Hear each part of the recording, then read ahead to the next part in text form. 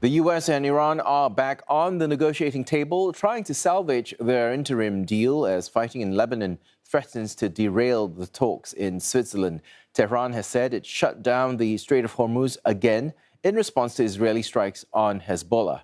Pakistan and Qatar are mediating discussions at the Swiss Burgenstock resort. US Vice President J.D. Vance is leading the American delegation alongside envoys Steve Witkoff and Jared Kushner. Pakistan's Prime Minister Shehbaz Sharif is also present alongside his army chief. Iran's delegation is led by Foreign Minister Abbas Araghchi and the parliamentary speaker. Tehran has stressed it is not seeking nuclear weapons, but is also not giving up its enrichment rights. Iran added talks will focus on fighting in Lebanon and getting the U.S. to honor its commitments under the Memorandum of Understanding signed last week.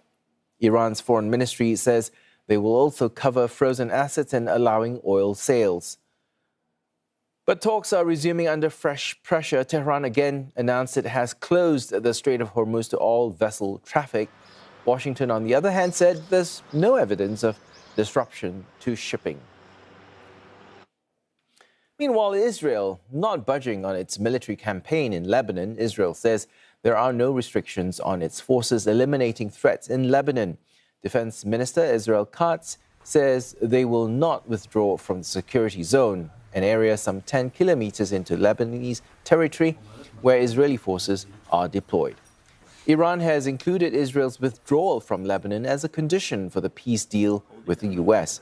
It also stresses that Washington is obligated to get Israel to stop attacking Lebanon. At least 30 people in Lebanon have been killed in Israeli strikes conducted just hours after a ceasefire was announced between Israel and Hezbollah. Lebanese authorities put the official death toll since the start of the conflict in excess of 4,000. Israel accuses Hezbollah of launching more than 50 projectiles, but the Iran-backed group says Israel breached the truce by launching overnight drone and airstrikes.